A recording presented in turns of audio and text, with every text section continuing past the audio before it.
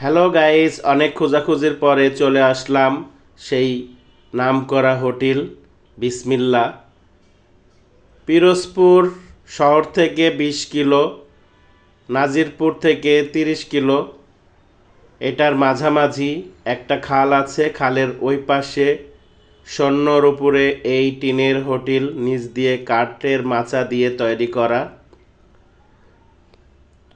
দেখুন, পুরান মনে হবে যে একটা বাড়ি, আসলে এটা একটা হোটেল, অনেক পুরান হোটেল।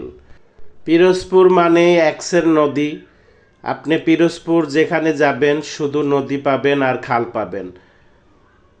সকালে জোয়ারের পানি আসে, দুপুরে জোয়ারের পানি নেমে যায়। এখানে অনেক মানুষ আসে খাইতে। দেখুন, খাওয়া দাওয়া করে বের হয়ে যাচ্ছে। জেলা থেকে আসতেছে ইওনো সাহেব, তাকে রিসিভ করার জন্য এক ভদ্রলোক দাঁড়িয়ে আছেন।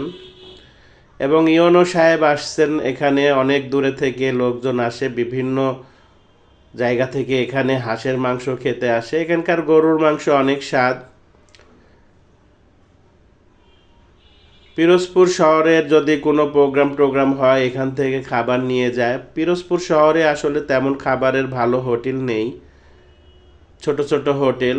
এই হোটেলটা অনেক নামকরা। হোটেলের পরিবেশ তেমন ভালো না, কিন্তু রান্না মাটির চুলার রান্না আসলেই ভালো লাগে। আপনাদেরকে আমি দেখাবো, ভিতরে নিয়ে যাব একটু পরেই। ইওনো সাহেব নেমে গেছেন। এই যে দেখুন, মাছা করে হোটেলটা তৈরি করা হয়েছে। এটা হলো বাইলা মাছ, সাগরের মাছ। সাগরের বাইলা মাছ খাইতে অনেক মজা। রান্নাটা করছে একদম কালো করে, গরুর মাংসর মতো কালার হয়েছে।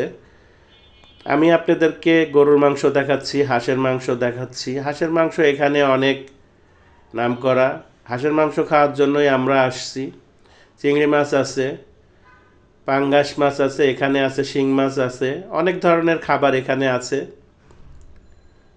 এটা হলো পাঙ্গাস মাছ।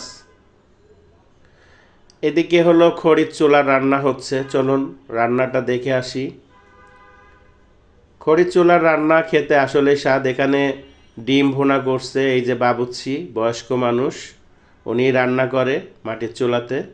ডিমটা প্রায় হয়ে গেছে। এটা অর্ডার ছিল, কারণ এখানে অনেক সময় দেরি করে আসলে খাবার পাওয়া যায় না, আগেই শেষ হয়ে যায়।